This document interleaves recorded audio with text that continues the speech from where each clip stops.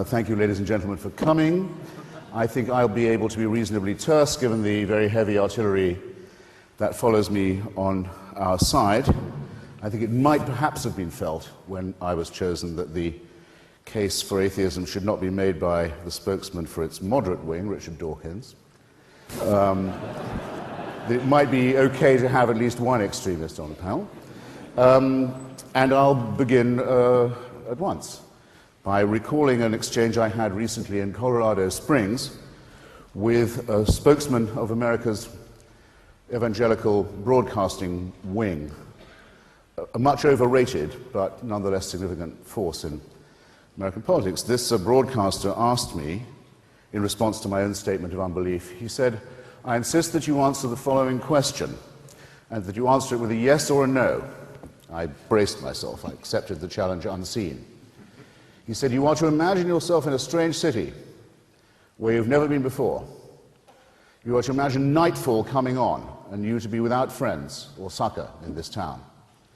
And you are to ask yourself whether you would feel safer or less safe when you saw a dozen men coming towards you in the dusk, if you were to know that they had recently come from a prayer meeting." This is the. I think I can justifiably say I'm relaying to you, comrades, friends, brothers, sisters, the challenge that was put by the religious to me. You'll see at once it's not a yes-no answer. You can't give a yes-no answer to that, but I accept it anyway. I said, very well, I won't give a Sesame Street reply, but just without leaving the letter B, I have been in that situation. In Bombay, in Belfast, in Beirut, in Belgrade, in Baghdad, and many other places too. And I won't tell you about all of them, but let me just, as it were, fill in some of those latent blanks. In Belfast, the capital city of one of the provinces of this, our United Kingdom, as everybody here knows, everything, culturally, educationally, economically, politically, socially, has been very gravely retarded for at least a quarter of a century.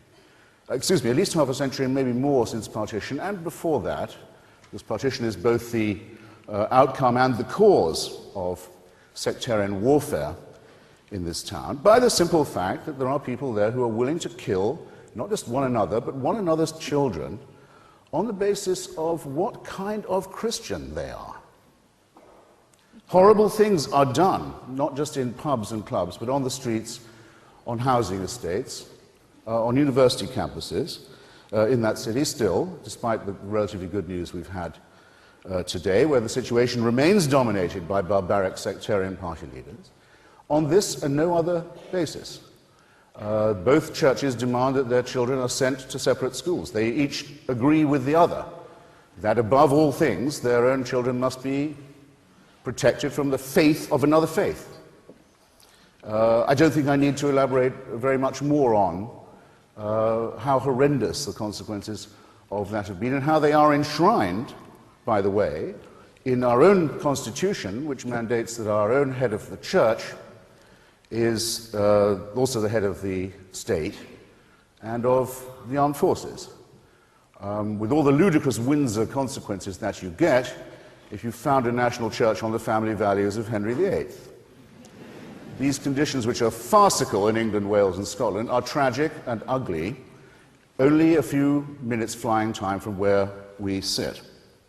If I pass on from Belfast to, say, Baghdad, where I've recently been, and without reopening any of the arguments about the rightness or otherwise of the coalition intervention in Mesopotamia, I think it can be granted by any fair-minded person that what was most needed in Iraq after 30 years of fascism and war was a period of reflection, a short interlude of calm, during which Iraqis could look about themselves and decide perhaps for whom they'd like to vote, perhaps what kind of country they'd like to live in, what kind of federal system they might wish to evolve, and to do so unmolested by violence or terror. The parties of God have vetoed every hope of that process. The parties of God now have the Iraqi people in their jaws, and they're saying to them, it's not enough just to kill foreigners or to rail against Jews or Christians or secularists. That's nothing like enough. It's only in Iraq, not only, mainly, chiefly in Iraq, that it's considered perfectly all right, in fact, a religious duty to blow up the mosques, to destroy the religious schools of other Muslims, of the Muslims of another school, not unlike the pattern of Belfast. It's not enough to have faith, you must have the right version of your own faith, or risk death, mutilation, and humiliation, and the destruction, the immiseration, the torture of Iraqi society is something that all of us can read about every day.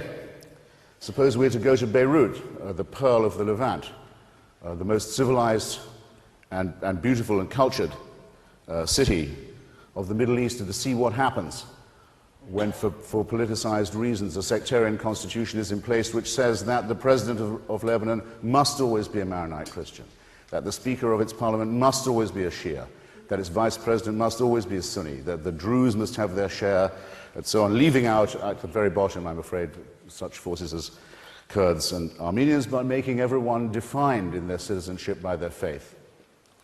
Do I need to elaborate what that's done to retard, to bankrupt, to beggar, to disfigure, and to degrade what could have been an ideally plural and diverse and happy society?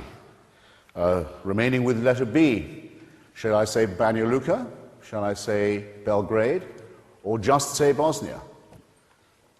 Again, one of the most civilized enclaves of the Balkans.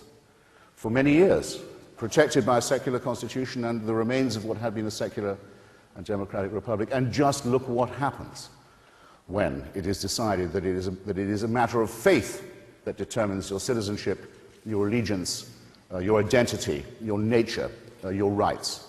See the recrudescence in the Europe of the late 20th and early 21st century of Catholic fascist parties we thought we'd left behind at Nuremberg, the Ustasha. The recrudescence of forces like the Chetniks, the Serbian Orthodox,